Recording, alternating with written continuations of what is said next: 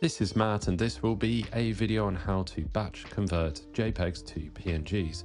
So in order to do this batch process, I like to use this website here, I love IMG. Here's the URL. I will of course put that in the video description just below, so you can click that and wind up here. Now, once you're here on the main conversion screen, you will literally just hit this button for select the JPEG images.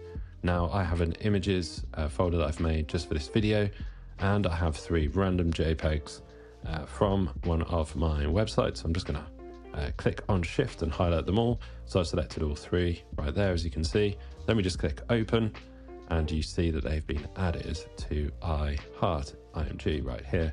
Now we will just click on Convert Image at the bottom. So we are converting to PNG by default here, as we're on this particular site. We can actually convert to GIF if we want to as well. But I'm just going to click on Convert. And just like that, those images have been converted. It will auto download. If it doesn't automatically download, you can click on the blue button there. I'm on a Mac, so it will go straight to my downloads folder. And because it's multiple images, it will be in a zip file. So you just open up the zip and you will find the images have been converted there. I'll show you them now. So you can see here I have a separate folder, and these 3 images are now in PNG format now, and they're still in good quality.